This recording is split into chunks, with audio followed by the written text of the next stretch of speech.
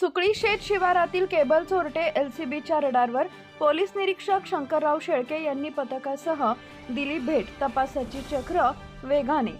Police ठाण्याच्या हद्दीत सुकळी शेत शिवारात विद्युत पंपाच्या केबल चोरीची घटना उघडकीस आली असून अज्ञात चोरट्यांविरोधात गुन्हा दाखल करण्यात आलाय. या चोरीमुळे शेतकऱ्यांसमोर रब्बी हंगामातील पिकांना पाणी देण्याचं मोठं संकट उभं राहिलंय. दरम्यान केबल चोरटे एलसीबीच्या रडारवर आलेत. स्थानिक गुन्हे शाखेचे निरीक्षक शंकरराव शेळके यांनी पथकासह भेट देऊन पाहणी केली. याबाबत प्रदीप भीमराव छबिले राहणार सुकळी नंदापूर यांनी बोरगाव मंजू पोलीस ठाण्यात तक्रार दाखल केली आहे.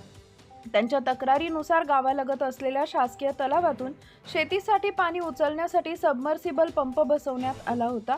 पाण्याच्या पातळीनुसार पंपाला जोडलेली पट्टी केबल वाढवण्यात येत होती. 21 मार्च रोजी सकाळी पाणीपुरवठा सुरू करण्यासाठी तलावावर गेले असता पंपाला जोडलेली सुमारे 4000 फूट लांबीची केबल गायब असल्याचं निदर्शनास आले. पाहणीअंती अज्ञात चोरट्यांनी रात्रीच्या वेळी केबल कापून चोरी केल्याचं स्पष्ट झालं. या घटनेत केवळ छबिले यांच्याच नव्हे तर गावातील इतर शेतकरी ज्ञानेश्वर जवंजाळ, शरद पवार, गणेश छबिले, शरद छबिले, सुरेखा सारसे, गजानन छबिले, देवलाल सारसे व रमेश सारसे यांच्या पंपाच्या केबल्सही चोरीस गेल्याचं समोर आलंय. सर्व मिळून सुमारे 50 ते 60 हजार रुपयांचं नुकसान झाल्याचा अंदाज आहे. शेतकऱ्यांनी परिसरात शोध घेतला असता केबलचा कोणताही मागोवा लागला नाही. दरम्यान या प्रकारामुळे शेतीसाठी आवश्यक पाणी पुरवठा खंडित झाल्यानं शेतकऱ्यांमध्ये संताप व्यक्त होतोय.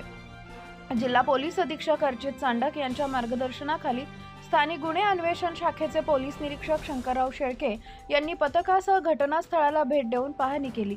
गुन्हे शाखेचे हे चोरटे रडारवर आले. दरम्यान शेतकऱ्यांनी दिलेल्या फिर्यादीवरून पोलिसांनी अज्ञात भामट्याविरुद्ध गुन्हा दाखल केलाय.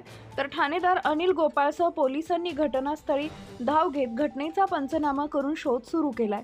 पुढील तपास ठाणेदार अनिल गोपाळसह पोलीस करत आहेत. Subscribe now and press the bell icon. Never miss an update.